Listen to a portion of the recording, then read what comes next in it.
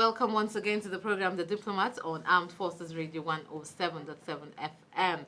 The Diplomat is a program where we get to look at issues affecting the diplomatic circle, especially as it concerns Nigeria and other countries. I'm Jacqueline Bruce, and as usual, I have my co-host with me, Raphael Oni. Good afternoon, Raphael. Good afternoon, Jacqueline. How are you today? Fine, thank you. And we have a guest with us this afternoon. He is Mr. Emmanuel Ogbeche. He's a journalist and he was the two-time secretary of the Nigerian Union of Journalists in Abuja and currently the chairman, Nigerian Union of Journalists and editor, Abuja Enquirer. You're welcome to the program. Thank you for having me here, Jacqueline. You're welcome. All right, but before we get into the discussion we'll be having with Mr. Emmanuel, I want to say happy birthday to someone very special in our lives, actually in my colleague's life, his wife. Okay, Mrs. Elizabeth Kenny Oni. I don't know if she's listening, so that I will just wish her a happy birthday before we continue, so that she knows that we love her so much. All right. I'm trying to get this so that trying to get this to ring. All right, we'll see if she gets back to us. Meanwhile, Mr. Manuel, how has it been? Well. With the COVID. We are survivors in Nigeria. Okay. Yes. We've been weathering the storm, and one is persuaded that as a Nigerian and taking into cognizance the health protocols that have been established by the Nigerian Center for Disease Control and other relevant authorities, will see us through these very difficult times. Definitely. We'll get into that much more. But let's start with some of, you said it's been difficult. That's quite true. Could you enumerate some of the challenges journalists have been facing in terms of covering COVID-19, especially diplomatic journalists? Because we know that we have to compare stories happening in Nigeria, our own atmosphere, and what's happening outside of Nigeria in terms of the diplomatic world. Case in point, the Madagascar story. So how has it been? Well, Jacqueline, you realize that most embassies and high commissions are not operating fully. Yes. And it's very difficult sometimes getting hold of those in these missions to get the story. But by and large, I think our colleagues have coped very well. They have followed on issues that are happening globally and are interrogating those issues and reporting them appropriately to Nigerians. It's not just the Madagascar issue. We also have to situate the issues surrounding the Chinese in Nigeria, and we have to balance it with national interest and as well what they have been able to do in terms of their assistance to Nigeria. And you know, it's a tough call when there is public distrust, sometimes bordering on misinformation or deliberate disinformation. Then you have to weigh that against national interest. Yes. How, as a journalist, are you supposed to report on some of those issues? So it's been very challenging, but it's a learning curve for most of us. Just like the coronavirus is novel. Yes. So also we are faced with a novel situation where journalists will really need to be up, you know, with their games so that they are not cut short in terms of how they report issues. But by and large, on a scale of 1 to 10, like I always say, if we were to look at what journalists covering the diplomatic beat and generally have done, I'll put them at 8. Okay, at 8. All right, you mentioned the fact that it's not been easy. We know it's not been easy, that's a known fact, but we also know that a lot of journalists have complained about the fact that it seems at the beginning of the coverage of the novel coronavirus, it seems journalists were not actually taken into cognizance as frontliners. They were not given that toga as frontliners of coronavirus, fight against coronavirus. So has that changed so far? As the current chairman of the NUJ in Abuja, has that changed in the lives of journalists in terms of how they've been faring? Jacqueline, if we look at what happened yesterday, where most of our colleagues were held up, you know, at various checkpoints. Even arrested? Yes, security checkpoints across the city and even across the country, yes. Especially Lagos, Ogun, and Abuja. You will agree that the challenge persists. because we've had to face very difficult navigating through security checkpoint. Personnel that will not be bothered by the fact that you work late night. They don't seem to understand that as a journalist, you don't even have a closing time. Yes. You understand? Because a news could break at midnight, and you're called immediately to follow up on that news. You know, we've had a series of harassment. We've even had situations where journalists have been arrested and even handcuffed. Yes. Here in Abuja. You understand? Yeah. And so it's a worrisome development. I am happy that yesterday the Secretary to the Government of the Federation intervened, and the Inspector General of Police had to rescind the decision Yes. that journalists cannot move beyond 8 p.m. You know, so by and large, I think it's a new situation. It's a novel situation. So there are bound to be those challenges. It is how we navigate and respond to those things quickly that will determine how we fare in the battle against COVID-19. Indeed. Raphael? Yeah, with the government, the public, depending on the media to spread the news of the COVID-19 at this point in time, how do we differentiate between public diplomacy and propaganda? Thank you, Ralph. You know, first of all, public diplomacy requires you to be honest, factual, truthful, objective. While propaganda lacks all of this, it is simply built on falsehood to put you in a good light. But ultimately, that seeming good light will come to nothing because it will be exposed. You know, and that is the challenge journalists must overcome. That in reporting COVID-19, you must be as honest and objective and as transparent as ever.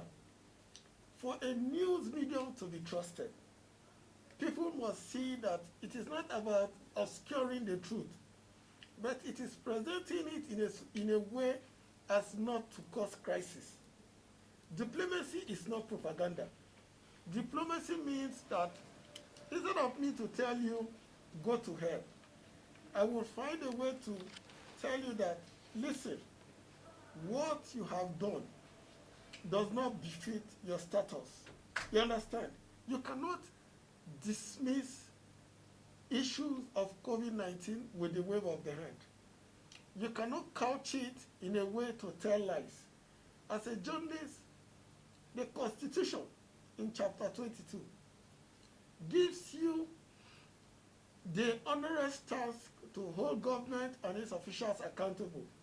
It does not say you should insult them. It does not say you should engage in propaganda simply because you want to beautify government or curry the favor of government. It simply says, present the truth factually and objectively. Okay. All right. The chairman of the council, how have you been able to, what has the council been able to do to help journalists, especially at this trying time when some media houses are not even paying and works are not going? What has the council been able to do to help journalists in this time to be able to help them so that their work will still be ongoing? What have you been doing? Ralph, you see, the consequential outcome of neglecting the media for long is with us today. With us in the sense that most organizations, if they don't collapse wholly, they will lay off about 70 to 80% of their workforce. And in that process, the news as we know it is going to suffer because you're going to overwhelm the few hands you have in terms of news gathering and processing and presenting it to the public. And taking into cognizance what the situation has brought to our colleagues, what we did was we set up a committee immediately, sometime in first week of April, a committee on COVID-19 intervention. That committee is to distill the news, to curb fake news and disinformation and misinformation, and also to aggregate and bring together assistance for our colleagues that are in need. What our colleague did was to solicit from individuals, well-meaning individuals and organizations to support the council.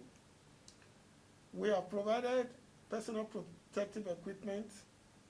We have provided palliatives in terms of foodstuff for our colleagues. We have reached over 785 of our colleagues, and we are counting here in Abuja. We have also intervened, calling on media organizations to ensure that journalists are provided with personal protective equipment and conducive working environment during this very difficult period. You understand? So those are some of the measures we have undertaken. We have even in some instances provide financial assistance to our members, because we are not unaware that most journalists are going through difficult times. Even in normal period, journalists go through difficult times. How much more now that coronavirus is with us, where businesses are not operating, where government is even finding it difficult to find funding because oil is not selling, and even if it is selling, oil is selling at a very poor price in history. Yes. You understand? So there is limited funds available. So what any responsible union will do in this time is to mitigate what its members are facing, and that is what we have been able to do in NUGF City Council. Okay, I don't know if Raphael has gotten a hold of those palliatives. I don't know, but I haven't. Okay, but not at Richard. Okay, moving on. The issue of mistrust. I want us to go back to that issue. You mentioned the fact that perhaps that's one of the challenges. How will journalists be able to, because we still have people who do not believe COVID-19 exists. There's still this issue of mistrust. There's still propaganda, rumor here and there. People still feel that it's something else, or probably they're not getting the whole truth of the matter. So what role, or how will journalists now, what will it do to ensure that this issue of mistrusting the government, between the people and the government, because we are the link, what really can we do to change this issue of mistrust between people and the government? Exactly. You see, education is key. Okay. Awareness is key. Sensitization is key. As a journalist, it is incumbent that you educate yourself about the coronavirus. You understand its symptoms. You understand the politics and the economy of it. Because without a doubt, politics is at play as well. Yes. You understand? The world powers are accusing each other. It is political. The world powers are scrambling to get a vaccine. It is economic. So when you are aware of all of this, the most fundamentally, you must have a grasp of the health implication of the coronavirus. When you do that about COVID-19, then you have the duty to ensure that you disseminate this information in a very truthful, factual, and objective manner. You should only disseminate verified news from trusted channels. Yes. Governments across the globe are faced with the challenge of mistrust by their people. Yes. Even in America, there are people that do not trust the United States government and President Trump. How much more in Nigeria? We have people, even amongst our colleagues, you not believe it, that do not believe that COVID-19 is real. You understand? So we must distill the politics and economics of it and show people the health consequences of COVID-19. Whether we like it or not, it is here. There are people, no matter what you do, that will not believe. But it is incumbent on you as a journalist and as a broadcaster to continue to give or disseminate verified and factual information about the COVID-19. Okay. That is your job. Those that will live in denial will live. But I am persuaded to believe that majority of Nigerians do believe that COVID-19 is real and is with us. Okay. All right. Well, Post-COVID-19, what should we be looking at as journalists what should we expect? Well, post-COVID-19, already job losses are here with us. And we should expect that there'll be more job losses. There'll be economic tightening measures. And let me quickly say that one of the things we plan to do is to harness the loan facility by NISA for journalists. You know, we will meet journalists halfway in paying part 50% of the fee for the training and ensure that journalists access training, the funds, so that people can go into agriculture, Yes.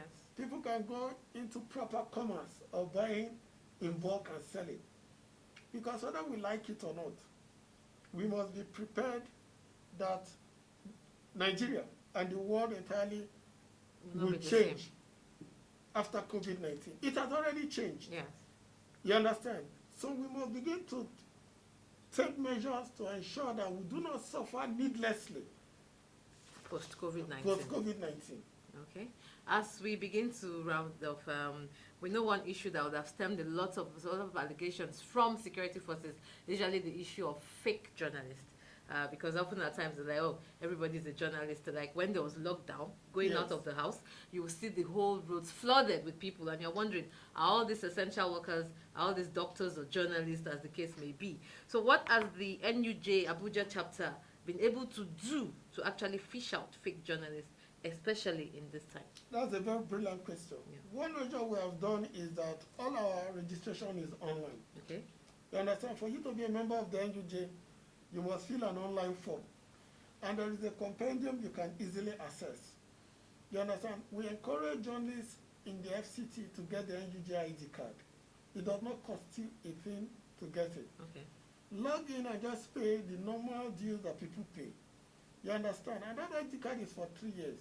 And we also encourage security personnel, when in doubt, make that vital call.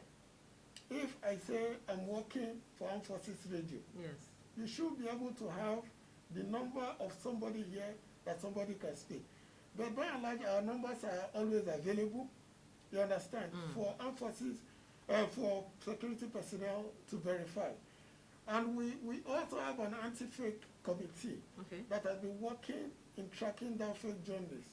You know, like every other profession, we have the issue of quacks, but it is declining by the day because we are robustly tackling the issue of fake. Okay. You are very correct. Yeah. But that does not mean that journalists should be manhandled or harassed simply because there are some bad eggs amongst us. All right. The final words, Raphael. Okay, this is where we have to go, but any final words from you, Emmanuel Ogbeche? Well, I'll call my colleagues to continue to be factual, to continue to be objective, and to know that the reality of COVID-19 is with us, and they must take all measures to protect themselves. Okay, and on that note, we've come to the end of this week's edition of The Diplomats. Happy birthday to Mrs. Elizabeth Kenny O'Neill. Wish you the best, many more years, good health and prosperity from all of us here. And thank you so much to Mr. Emmanuel Ogbeche, who is the chairman, Nigerian Union of Journalists, Abuja chapter. Thank you for being a part Abuja Council, yeah, for being a part of don't Thank you, reduce Jacqueline, and Don't reduce us. It's a council, not chapter. What is chapter? What is council? We want us to start debates now. All right. We'll see you next We'll week. see you next week. Have a nice day. Thank you.